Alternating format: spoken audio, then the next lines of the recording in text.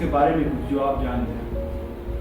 जहाँ तक मेरा जानना है, कैलीग्राफी का मतलब है किसी भी भाषा के अक्षरों को हाथ से इस तरह से लिखना कि जैसे लगे जैसे छपे हुए। हाँ, एज ए प्रिंट लगे। तो मेरा दूसरा सवाल ये है आपसे कि आपको कैलीग्राफी का शौक कब से हुआ और आप किससे इंस्पायर हुए? मतलब इंसान किसे किसे इंस्पायर होता है, तो आप बताइए। ऐसा है कि आज से लगभग 30 साल पहले 30 साल पहले हमारे यहाँ पे बिजली बोर्ड में हमारे एक्शियंस या इंजीनियरिंग के कोई सर आए थे, असरार अहमद। तो वो हमारे पड़ोस में रहते थे किराए के मकान पे। तो वो कैलीग्राफी किया करते थे, तब से मुझे शौक लगा। लेकिन मैं कभी पूरी तरह से इसमें डूब नहीं पाया, टाइम नहीं दे पाया। फिर सन 2018 में 28 साल बाद मुझे फिर कैलीग्राफी याद आई और मैं उसी तरह पे चलता रहा। 28 साल का गैप पहले आपने देखा और 28 साल का गैप दिया, फिर उसके बाद में आपने स्टार्ट किया लिखना, या फिर उस टाइम आपने लिखना स्टार्ट कर दिया था? उस टाइम थोड़ा बहुत लिखा था, लेकिन ऐसा लगा कि अपने लिए मेरे लिए ये बिल्कुल नामुमकिन, इम्पॉसिबल, दिस इज इम्पॉसिबल। आपको लगा था उस वक्त? ऐसा लगा। उसके बाद सन 2018 में फर्स्ट जो मंथ है जनवरी, उसमें उसी हमारे उस्ताद कह सकते हैं, गुरु जी कह सकते हैं, उनके क्या बच्ची की शादी थी। वहाँ पे मुझे इनवाइट किया गया। तो वहाँ पे मेरी मुलाकात हुई। तो उन्होंने बोला कि खान साहब वो क्या कर रहे हैं उसके बारे में कुछ करो आप, कैलीग्राफी के बारे में। हाँ।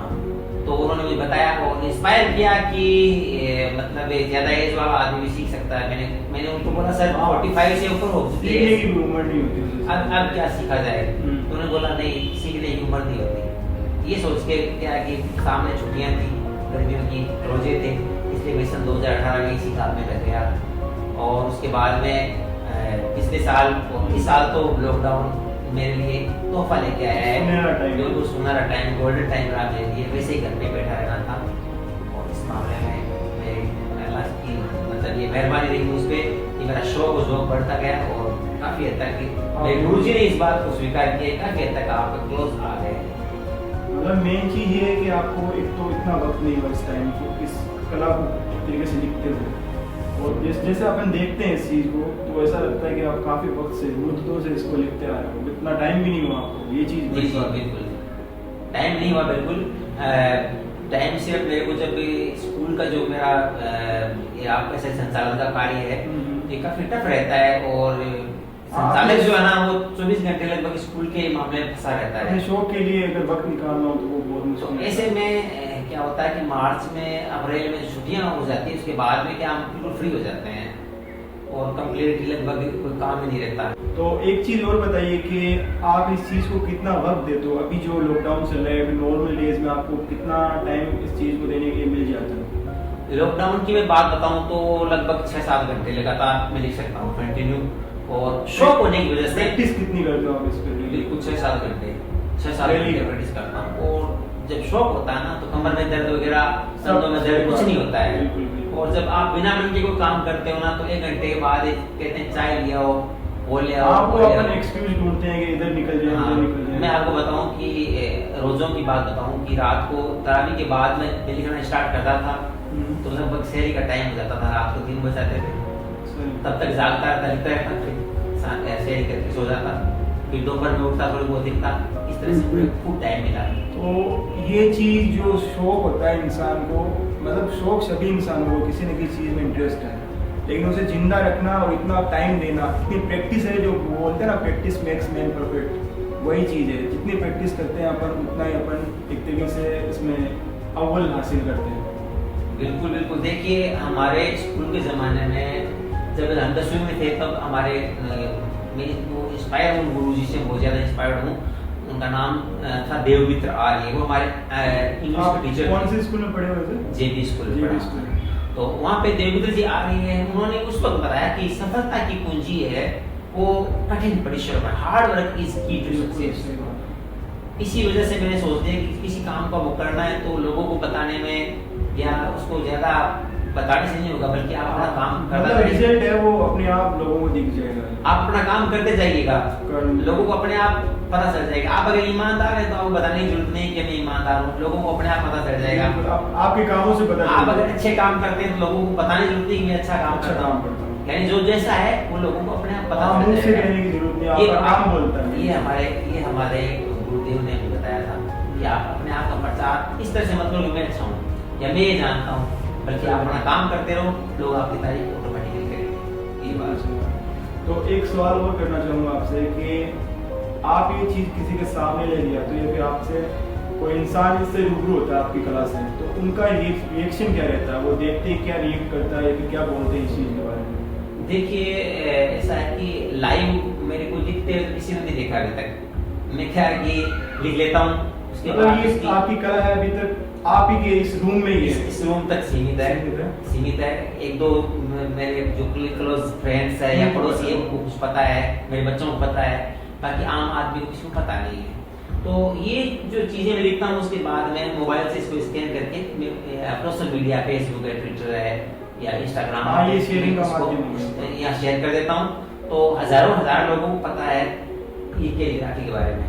अब समस्या इसमें ये है कि लोगों को अभी तक ये पता नहीं है कि उनको यकीन हो जाता है कि आपने लिखा, क्योंकि देखने पे ऐसा लगता है कि पूरा कंप्यूटराइज्ड।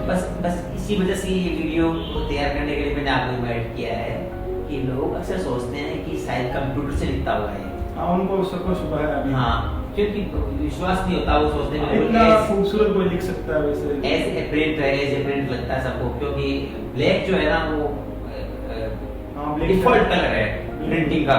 ब्लैक कलर लिखोगे तो आपको बिल्कुल लिखावट जो है वो छपी हुई जैसी दिखती है। तो लोगों को ये भ्रम दूर करने के लिए कि इसमें कंप्यूटर की सहायता नहीं बल्कि चौड़े चौड़े इस तरह के देखिए ये नीब के पेन है, मतलब ये आपके सारे जो इक्विपमेंट हैं जिनसे आप लिखते हो, ये इक्विपमेंट है, इस तरह से किससे लिखा जाता है। लेकिन ये है ये इंपोर्टेड मतलब विदेशी कंपनियों के बाहर के पेन है। इनकी क्या है विशेषता ये होती है कि इनकी नीब जो है वो चौड़ी होती है, जिसे हम मोटे अपने पसंद के हिसाब से चौड़ाई से बड़ी वर्डिंग कर सकते हैं, बड़े अक्षर लिख सकते हैं, हेडिंग बना सकते हैं, कुछ भी बना सकते हैं। अपने व्यूअर्स को थोड़ा पास से दिखाना चाहूँगा, ये देखिए, मतलब ये चीज़ अपन ने पुरानी जो फिल्में होती है उनमें देखी होगी कि मोर के पंख से कलम है। हाँ, वैसे मोर के पंख से वही वाली सिस्टम है इसका।